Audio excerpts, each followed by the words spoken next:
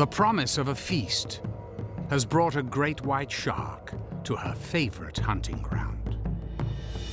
But instinct is calling her, compelling the massive predator to begin a journey that will take her 2,000 miles across the Pacific.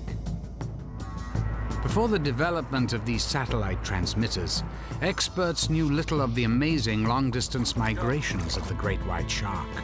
Tech deployed. But now we can follow her as she plunges into the deep, and what we find there will astonish us. Huge shark, look at this guy. We'll track her to a remote Pacific island, where cage divers have recently discovered a gathering point for as many as 100 great whites. Until now, the life history of our most feared predator was concealed in the deepest recesses of the ocean. But technology has opened a window into this dark world, providing a first ever look inside the jaws of the Pacific. From parts unknown, great white sharks arrive at a tiny island along the northern California coast. The island is a pit stop in an ocean-wide migration that has brought the sharks here from as far away as Mexico and even Hawaii. The promise of northern elephant seal meat, a white shark favorite, has drawn the predators here, and their timing couldn't be better. Distracted by the chaos of mating season and the fighting of massive bulls, the seals are especially vulnerable to attack.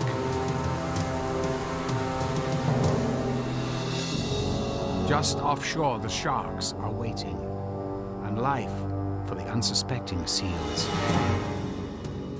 meets a swift end.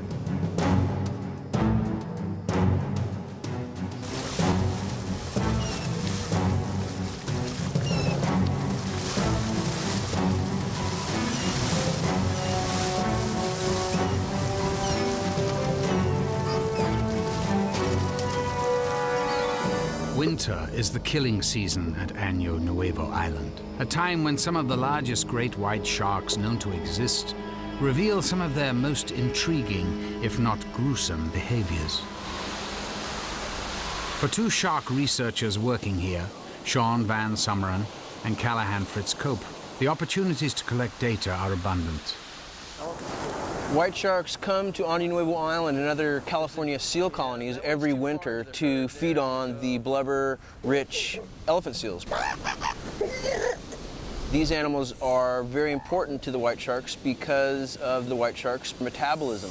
They're ceaselessly active, they are endothermic, warm-bodied, and that's an expensive metabolism. And to keep those engines running, they will frequent these seal colonies and feed on these large seals and sea lions. When you see a feeding event, they can be really dramatic. Big fins out of the water, big pool of blood, these cyclonic cylinder birds whirling around, fighting on the surface for the scraps, and it's just like this prehistoric spectacle. You know, it's been going on literally for tens of millions of years. It's a true battle of the titans. The bull seals can reach 5,000 pounds, and the sharks are equally massive.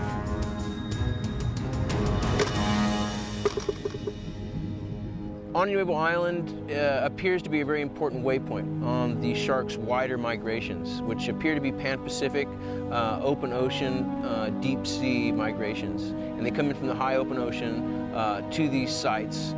For years, the researchers have observed the same sharks returning to the island, but collecting this data is difficult.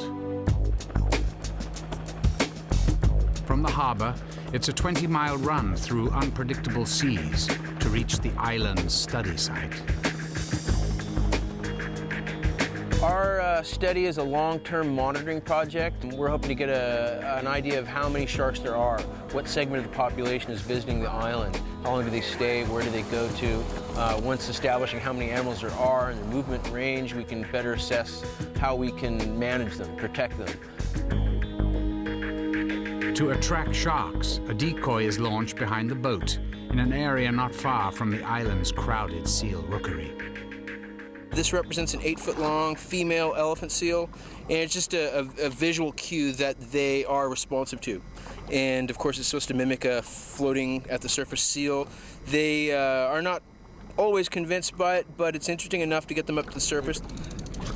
Using the 8-foot decoy as a size reference, Van Sumeren can estimate the total length of the sharks, while scars and coloration help to identify individuals. Subadult white shark, haven't determined the sex yet. Came up and bumped the lure. Birds responded as well. And now we're just trying to get it up to where we can get an ID shot, possibly tag it.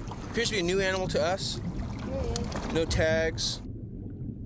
ID tags attached to sharks are the researchers' primary census-taking tools. Each tag is numbered, and every possible detail about the tagged animal is recorded.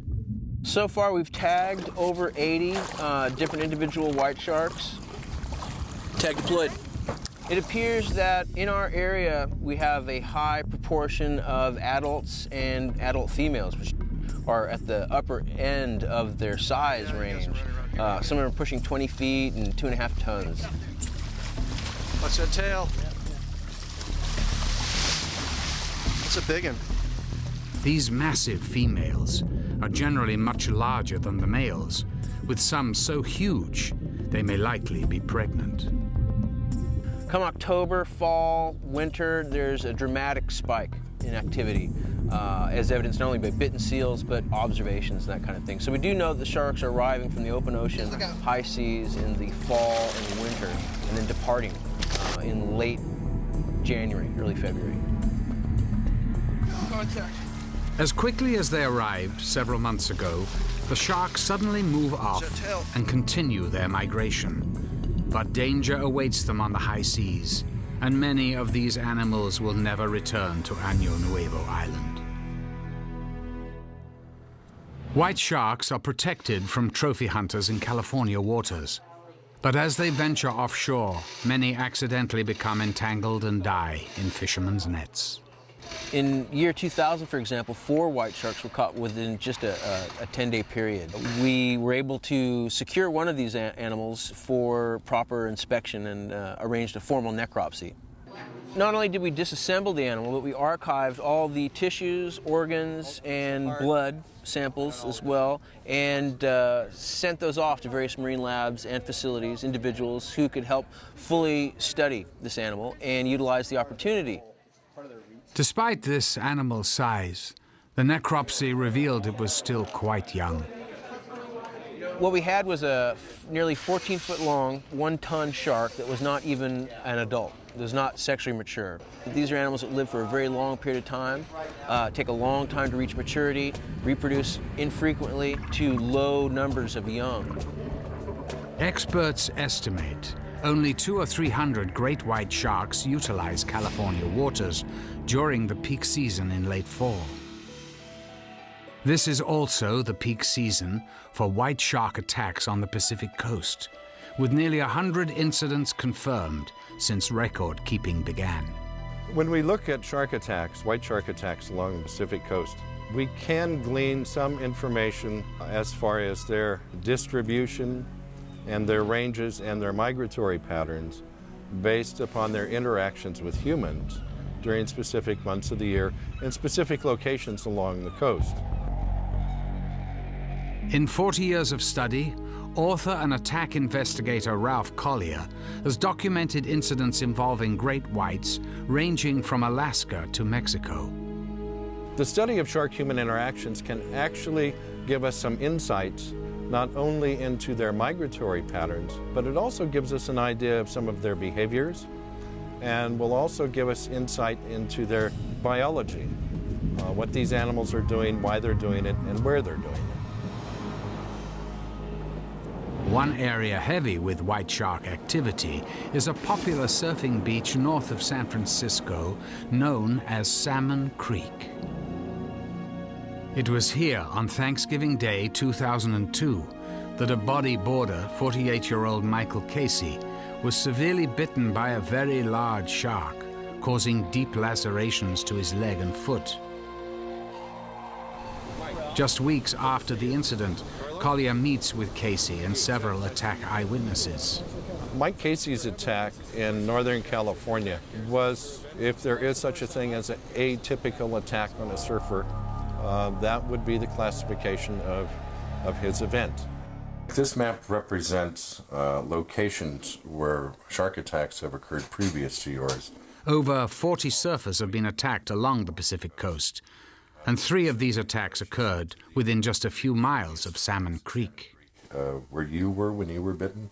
As he interviewed Casey and the eyewitnesses to the attack, Collier hopes to determine if the shark was attempting to feed, or as in most cases, merely investigating the surfer as an unknown object. The attack that I was involved in occurred about a mile south in this area right here. It was a picturesque Thanksgiving Day when Casey and 3 friends entered the water. I had caught a wave. It was a real good wave, as I recall, and I was paddling out to the lineup, waiting for the next set of waves to come in, when all of a sudden I felt this incredible surge of power from underneath.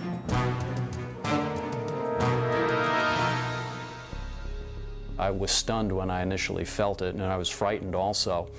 Almost immediately after, I felt significant pain in both of my legs, and almost instantaneously I realized at that point that I was being attacked by a shark. I felt that it was a large shark and that I was in very serious danger at that point, and I was very frightened and, in fact, terrified. Nearby, fellow surfers quickly realized that Casey was under attack. I saw him get lifted up out of the water, and I heard him holler, and it was like instantaneous that I knew anyway, that he'd been bit by a shark. I was just kind of sitting on my board, and I heard a noise that just a spooky noise coming from Mike.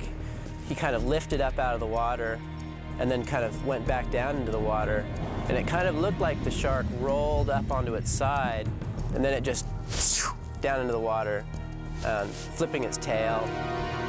I observed its mouth was open. I saw teeth. I observed the dorsal fin, and it was withdrawing into the water. And then the next thing I recall, I was treading water right next to my board. As I was treading water, another surfer, Carlo, paddled up to me, and he was obviously very concerned about my condition. I looked back at his legs, and I saw the large triangular teeth marks through his wetsuit and some of the flesh and so forth. And then it was just, we got to get in. With the shark somewhere below, the 2 men paddled through high surf for at least 15 minutes before finally reaching shore. He's a strong man, and he was able to paddle in completely on his own. You know, I was just there to make sure that he did make it. Casey was quickly stabilized and transported to a hospital, but it would be a long road to recovery. Plenty of time for him to wonder, why me? The only thing that I can think of why the shark singled me out as opposed to the other 10 or 11 people that were out in the water that day is this. I was the only one on a bodyboard, so perhaps since I was on a smaller board and my legs were dangling in the water, perhaps that was the reason why I was attacked and not anyone else that day. All things considered, Casey was a lucky man. Had the shark attacked with the intent to feed, the situation could have been much worse. In Mike's particular attack, we were able to determine using measurements that this shark was approximately 15 to 17 feet in length, and that the animal probably was not in a predatory mode. Predatory attacks are usually very vicious, very forceful, and although he was struck with some force, the attack actually is probably more of an investigation of an unknown object than it was a shark trying to kill or immobilize a prey. Since this has happened, I think I've been very fortunate. I haven't had any nightmares. I haven't had any negative feelings. I don't feel any ill will, anger, frustration about this whole thing. In fact, I feel quite the opposite. This is the first time I've been to the coast since this happened, and it feels wonderful. I really miss it a lot.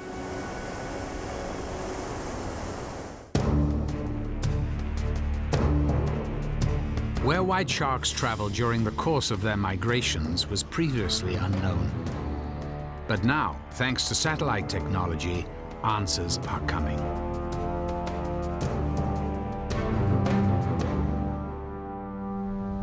On a bluff overlooking the Pacific, shark researchers Van Summeren and Fritz Koop conduct last-minute tests on some newly arrived satellite transmitters. The transmitters, once attached to sharks, will record the animal's movements over the course of several months. Recent tests using these devices have already produced amazing results. The conventional wisdom was that these sharks were traveling up and down the coast, possibly breeding in Southern California, northern Mexico.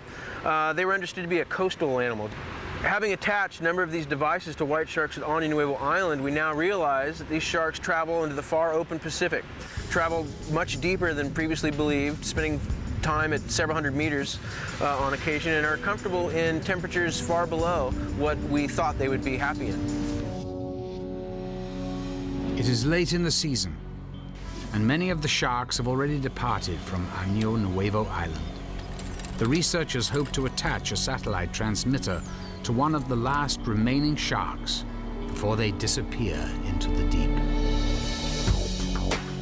Certainly the white sharks will always live the majority of their lives, out of the range of human eyes. So there's much that we'll never be privy to. But with the increase in technology and interest, there's certainly a lot that we can learn. We've only just recently proven that these white sharks are open ocean, pelagic, highly migratory species. We have yet to learn where the animals actually breed, or where they mate, or the many nuances to their overall migration patterns.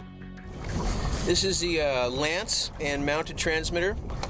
The idea is to get the shark up close to the boat where we can reach with this lance and carefully place this at the base of the dorsal. It's what's called the dorsal saddle. From there, the shark carries this device at a prearranged time. There's a burn wire here, releases this transmitter, which floats up to the top, becomes oriented straight up and down with the aerial in the air, and at that time, the satellite begins to interrogate the archival tag, taking all that information and then putting it back onto a land-based computer where we can access it and analyze it. With the tag activated and ready to be deployed, the researchers now turn their efforts to finding a shark willing to carry it. Saw the tip of the tail go by here in the glare. There's a boil right there. You can see the boil right by the line.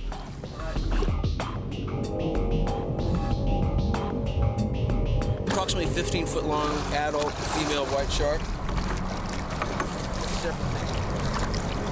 Right here, right here, right here. The shark remains just out of the reach of Van Summeren's lance. He may only have a few minutes to implant the tag before the shark loses interest in the decoy and moves off. It's getting closer each time. Fritz Koop lowers the research camera into the water to get a visual ID of the 15-foot shark that they will name 39323. As a mature female, she is the perfect candidate to carry the transmitter. Beautiful. Nice. Right up here, girl. Right here, girl. Right. Go.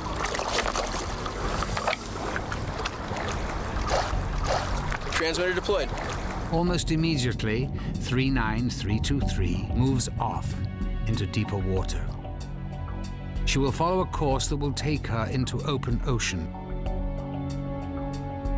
One shark, tagged by researchers off Northern California, traveled 2,300 miles to Hawaii, where it stayed for several months. Deep into the Pacific, the shark plunged, reaching depths of over 2,000 feet and temperatures as low as 40 degrees Fahrenheit. Extremes that took experts completely by surprise. In Hawaii, near the location where the great white shark was tracked, a deep manned submersible is conducting routine surveys of the ocean bottom. Our main mission is science research work. We operate the Pisces 4 and the Pisces 5 deep manned submersibles, have an operating depth of 6,500 feet. Sharks common to Hawaii are encountered near the surface, and as the sub begins a descent, a variety of more unusual sharks are discovered. In these crushing depths, it is the last place one would expect to meet a great white shark. Near the surface, Pisces encounters an oceanic white-tip shark, a dangerous predator of the high seas. These sharks are notorious for preying on the victims of air and sea disasters. A lot of the encounters that we've had in mid-water have been with a shark coming in and take a quick look and then they're disappearing. As Pisces begins its descent into darkness, the shark encounters have only just begun. We get sort of typical sharks showing up, such as Galapagos, gray reefs, and sandbar sharks in, say, the 100 meter to 200 meter range. At these depths, the Galapagos shark hunts bottomfish, squid, and octopus. Meanwhile, biologists inside the Pisces monitor artificial bait stations, which have already attracted visitors. These mosaic gulper sharks are bottom dwellers that have been found at depths of over 2,000 feet.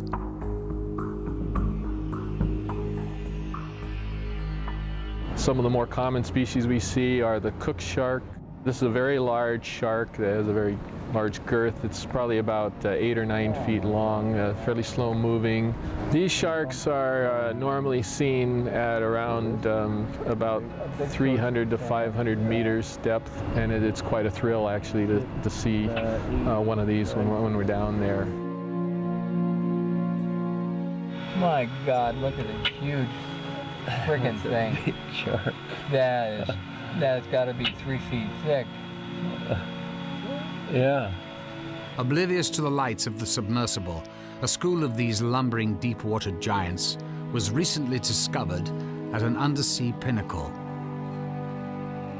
They were all over the place, and the scientist that was in the sub at the time was so astounded. He goes, "My God, this is like Jurassic Park." And the name stuck, and that pinnacle has been known as Jurassic Park. And every year we've gone back, there's been this congregation of cook sharks. The Pisces descends past 1,000 feet. The range of their spotlight is limited in total darkness. They are completely unaware that something big is approaching fast. Huge shark. Look at this guy. It's a... Oh! The encounter was brief, but experts would later confirm the sub had narrowly avoided a head-on collision with a great white shark. The shark came right up to the submersible, and as it tried to presumably avoid the submersible, it came up and I believe its pectoral fin hit the digital camera and actually took off the laser scale from that camera. When we first get to the site, or the depth we want to start a transect, we have to essentially set the cameras up, make calls to the surface, make sure life support's ready. Yeah, I'll pan this up. The laser's over as soon as I get going. And in that confusion, as I looked out the viewport, there was this very large shark that came across right in front of the sub. Huge shark. Look at this guy. It's a... Oh! It filled that viewport. It was just an enormous, much wider than the sub, and that sub's about 8 feet wide. So it was, I would say, almost about twice the width of the sub. I was aware that they were coming out to Hawaii, but I was not aware that they went that deep. The fact that this shark was down at 350 meters and down at 10 degrees centigrade water may mean that when they come out here, they prefer colder water. They're used to colder water, and that's why they're staying deeper under most circumstances. We know that the great whites transit in that area along the Penguin Banks, and they've been tagged and tracked, but we've never seen anything like that before. I'm sure seeing the sub at that depth, he came straight in and whacked it and then left. the great white shark is an animal with a long history in Hawaiian waters. Centuries ago, early islanders spoke of large and dangerous sharks that were both worshipped and feared. For one great white shark, tracked from California, the destination was Ka'o'olawe, a tiny Hawaiian island ruled by a powerful shark deity.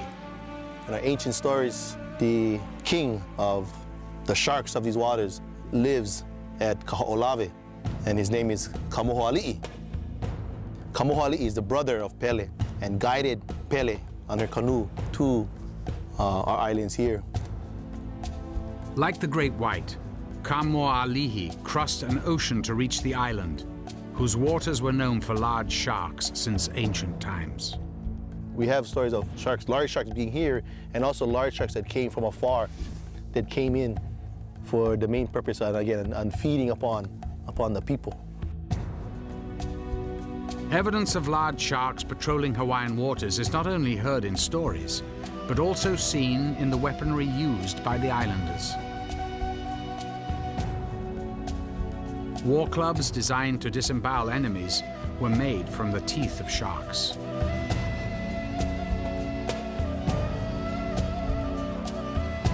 Leo mano, which is one of the more popular weapons, days of old, the hand weapon. It was actually lined by the teeth of the shark. Of course, more prevalent was probably the teeth of the tiger shark. But as we know, yeah, they also use the teeth of the great white. A word found in Hawaiian language also suggests great whites were well known to early islanders. To my understanding, the word which we use, niuhi, generally applies to the biggest and baddest and man-eating sharks that are out there. The ones that causes the greatest amount of fear are recognized as called niuhi. And looking at my understanding of what a great white shark represents as being the biggest, baddest, and greatest predator of the ocean, I definitely feel that that word could be used to describe that shark. Long before scientists tracked great whites across the Pacific, native Hawaiians told stories of large sharks that came from afar. They're not just stories which are fables in a sense, or legends, but they're actually stories where our people recognize certain behaviors perhaps of sharks and entwine them into the stories. We understood that sharks came from all over and traveled throughout the Pacific and constantly moved. There is little doubt that Hawaii has long been used as a pit stop for migrating white sharks. But what attracts them to Hawaii is still a mystery. The neat thing is that they can actually find a place like Hawaii, which is over 2,000 miles away from the coast of California, and navigate right to the Hawaiian Islands.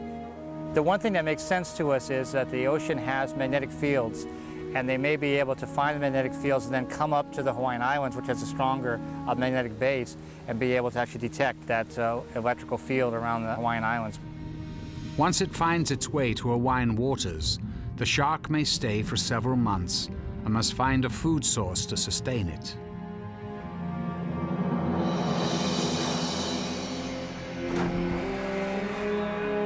Interestingly, the white shark's migration to Hawaii coincides with the arrival of humpback whales. Though healthy adults are too large to prey upon, a single whale, perhaps dying of natural causes, could sustain a white shark for many weeks. They may be feeding on dead and dying humpback whales while they're migrating to Hawaii, and also occasionally their stillborn calves and other things, and maybe that's what they're kind of falling back, like the African lion following the herds of wildebeest or something like that. Maybe they're doing the same kind of thing with the humpback whale while they're following it here to Hawaii. Every winter, humpback whales migrate from feeding grounds in Alaska to the warm waters of Hawaii. We've got that pod marked though. There's another flow farther out. Overlooking the Maui Channel, where the whales engage in breeding activities, the Ka'o'olawe Island Reserve Commission, led by Ocean Resources Manager Samantha Whitcraft, conducts a census of the whales. Humpback whale populations are increasing, not just in the reserve, but in the sanctuary and in the waters of Hawaii. That could certainly be a dinner bell for a white shark or for a large top predator. Before whaling, humpbacks may have numbered more than 15,000. but by the mid-1960s they dwindled to less than 1,000 animals. Now, thanks to international protection, the whales are slowly coming back. The endangered Hawaiian monk seal, another mammal making a comeback in these waters, may also be a potential prey item for great white sharks.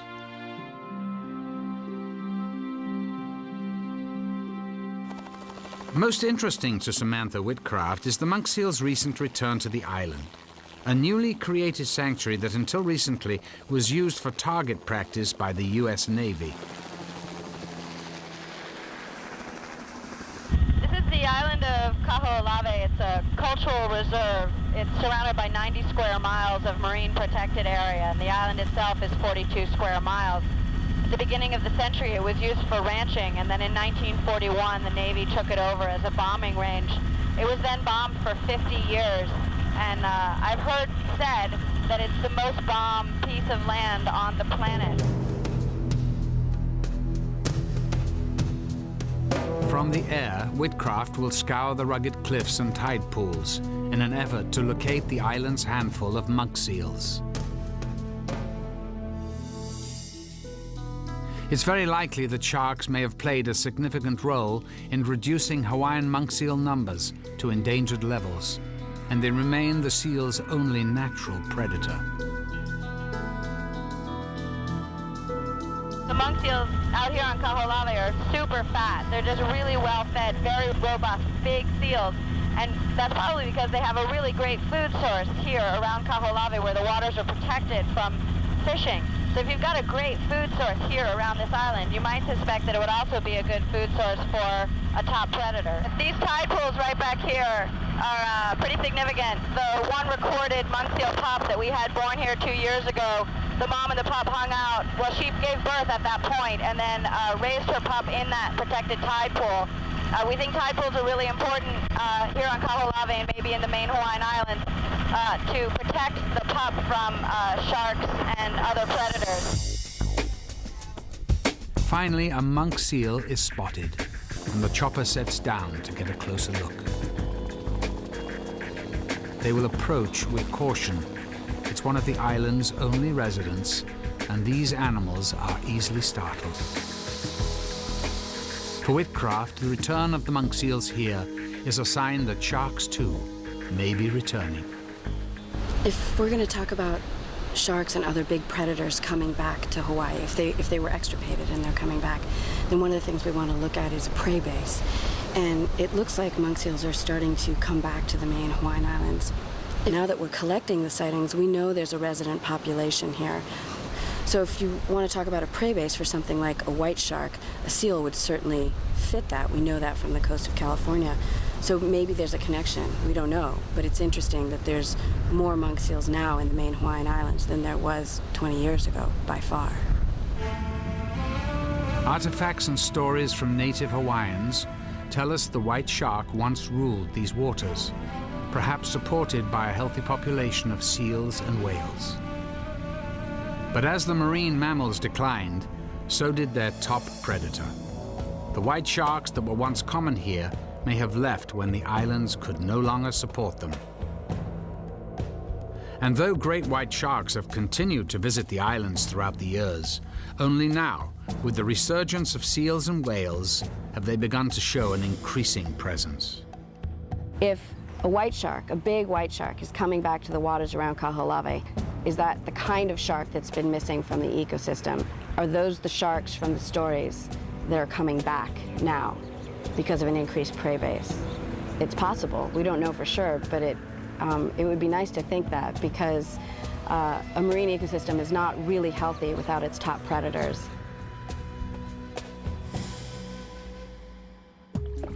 "3 miles off Oahu, the top predators are healthy and abundant.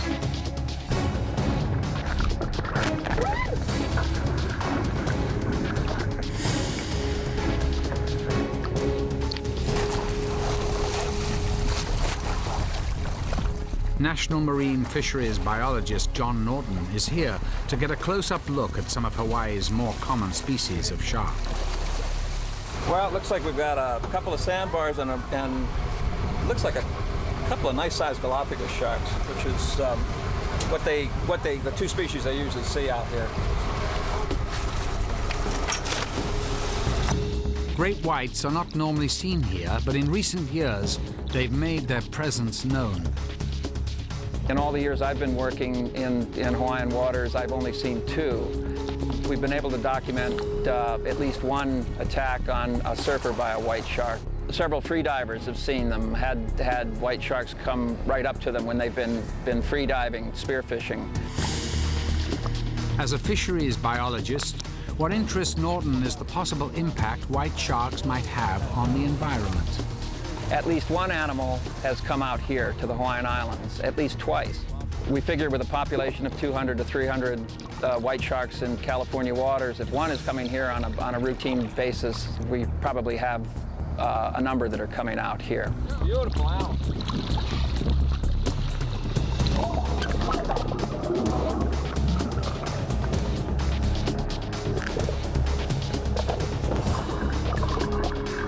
We're not really sure why a large predator like a white shark would come out into tropical waters. And when they're here, the big question comes up, what does a massive animal like a white shark, which is feeding primarily on pinnipeds, seals and sea lions, why would they come to Hawaii? If they are here in any numbers, they would be relying on our coastal spinner dolphin population. People have seen them attack some of these coastal spinner dolphin pods, and from the behavior of the animals and the description from lifeguards, pretty confident that these animals are a white shark or several large white sharks. I saw the spinner dolphins running in. Two were heading in towards the shoreline, and all of a sudden a third object came up from underneath them and knocked them in the air and took them down.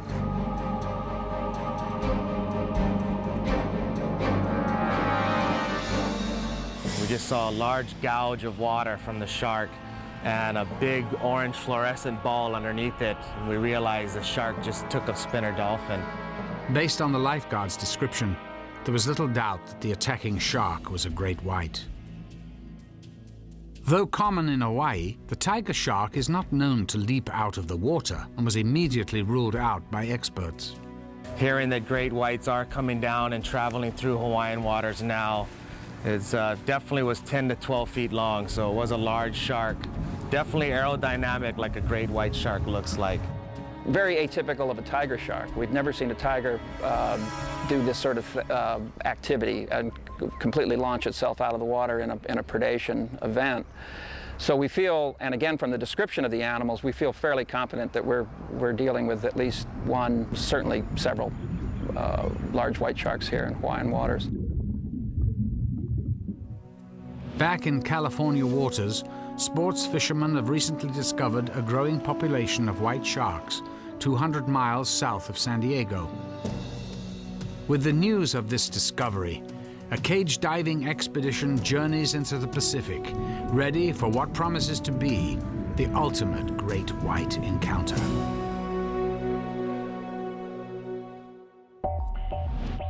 It is now late spring in Northern California, and sightings of the great white shark have dwindled to almost none. It was nearly 4 months ago that researchers working at Año Nuevo Island implanted satellite tag 39323 on a great white shark in an effort to study the animal's long-distance migrations.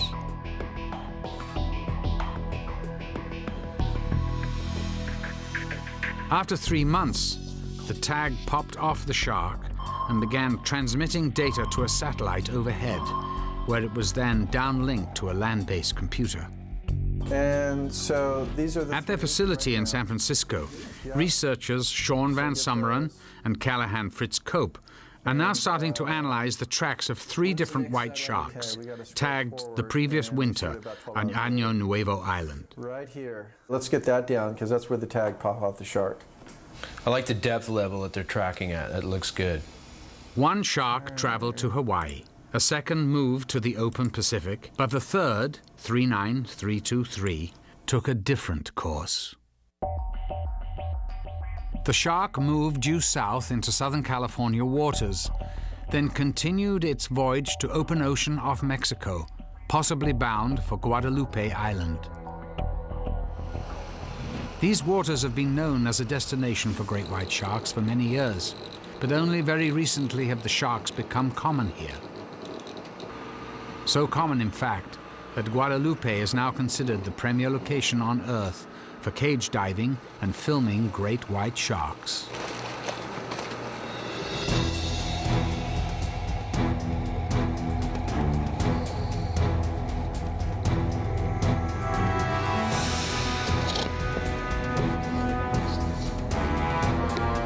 Clear water, warm temperatures, and a seasonal white shark population that may be second to none are what draw divers to Guadalupe.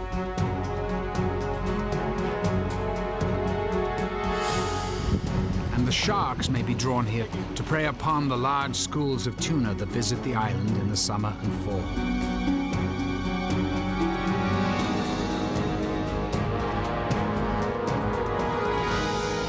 For nearly 20 years, Paul Ains worked to bring cage diving to Guadalupe, but until recently, there were too few sharks to make the trip worthwhile.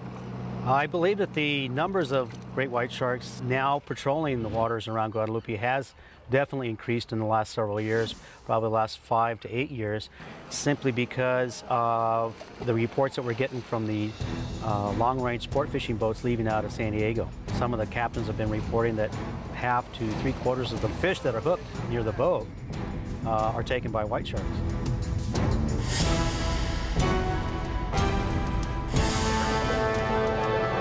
While great whites prefer seals and sea lions in Northern California, Ains believes their diet shifts to tuna while in Mexican waters. The tuna population that shows up at the island during the midsummer on into the fall evidently composes quite a bit of the white shark's diet during that time of year.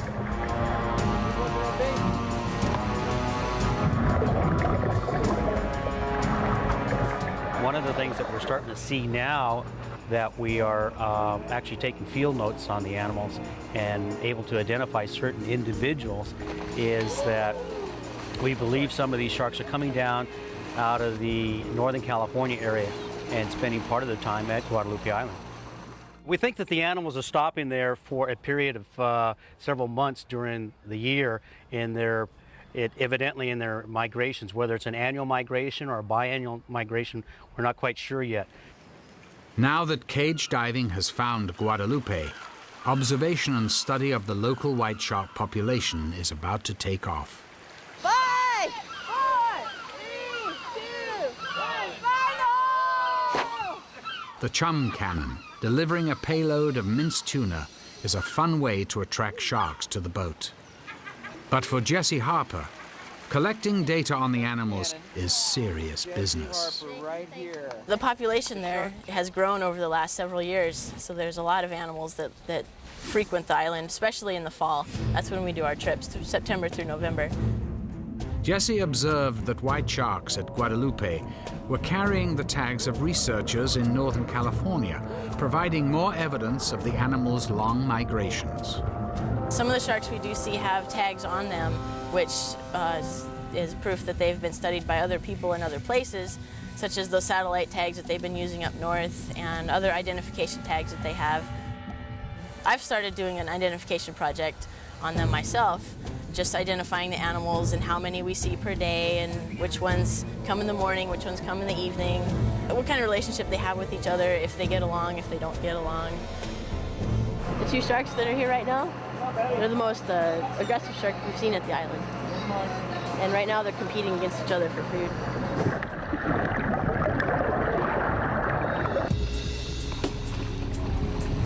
Some animals will be very dominant, very aggressive. They'll come at the baits several times, over and over and over.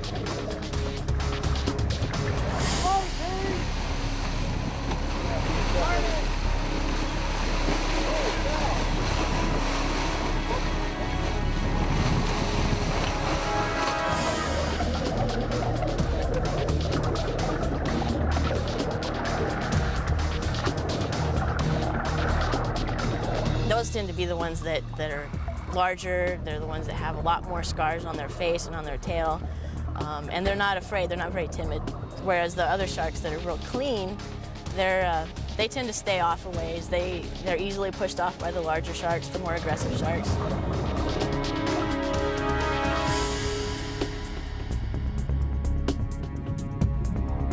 Long before cage divers ventured here, Guadalupe Island was known for large, aggressive white sharks. Attracted by the promise of world record fish, spear fishermen began diving at Guadalupe over 30 years ago. For Harry Ingram, diving in the company of white sharks was a risk of the sport, a risk that would nearly cost him his life. Almost 20 years after an incident with a white shark at Guadalupe, Harry Ingram meets with attack investigator Ralph Collier at the Aquarium of the Pacific in Long Beach, California. There have been 2 confirmed white shark attacks at Guadalupe Island. The first attack that is confirmed known to us was a fatal attack on a diver in 1973 in the month of September. And 11 years later, in the month of September 1984, Harry Ingram was attacked at Guadalupe Island. The water was unusually murky that September day in 1984, but the spearfishing was good. Hearing fish were moving through, Harry floated at the surface and prepared himself for one last dive. I saw movement off to my lower right. I looked around and I saw what I thought was a midwater reef shimmering. And then I realized it had an eye and a big mouth. An animal that big is going to make all the decisions. And when I saw the shark, the only defensive mechanism I had was my spear gun, which in retrospect is probably like throwing a toothpick at a bull. I remember when I shot my spear gun, the arrow was going out in slow motion. And I thought, did you shoot too soon? And obviously I didn't, I hit the shark. The shark ran into me and it knocked me out of the water as it went by. Harry's attack differs from what we would call an investigation attack in that the shark struck him with a tremendous amount of force.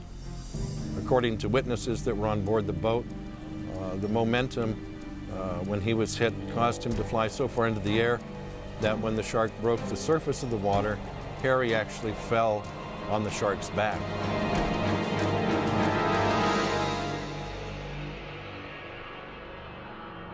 I made one short dive the next day at the island, only because it's getting back on the horse.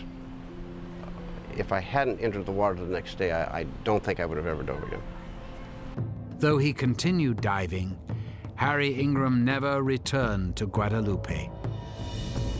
The great white, on the other hand, has become a frequent visitor to the island, part of a much larger migratory route that we are only beginning to understand.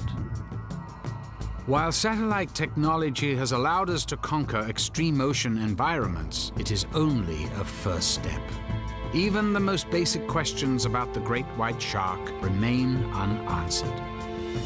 White sharks are mysterious. There's very little known about them at this point. They appear in all the major oceans, and yet we do not know what their population base is, where they breed, where they mate, how much or how little the populations overlap. These are questions that really, need to be answered and can be answered. With an avalanche of new technology at their fingertips, researchers may now be able to solve the many mysteries of the great white shark. Mysteries that continue to surprise and fascinate us as we follow them into the deep.